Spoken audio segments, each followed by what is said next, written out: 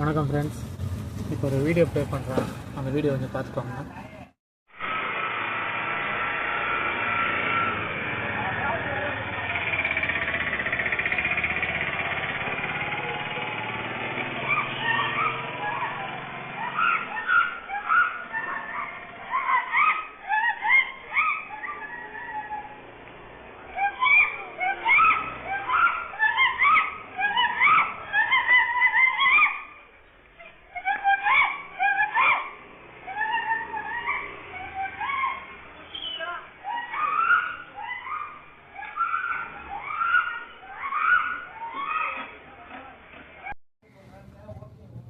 Video பார்த்தீங்களா?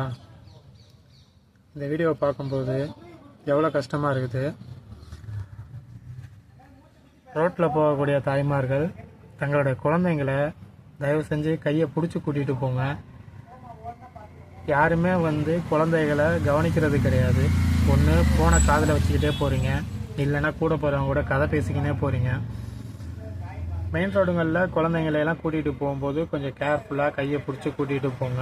அவங்க விளையாண்டுக்கிட்டு வர்றாங்கன்னா ரோட்டில் இந்த மாதிரி விளையாடக்கூடாது, அமைதியாக நடந்து வரணும், ரோட்டை பார்த்து நடக்கணும், வண்டி வருதா என்னன்றதை பார்த்து தான் கிராஸ் பண்ணணும் அப்படின்றதெல்லாம் சொல்லிக் கொடுங்க.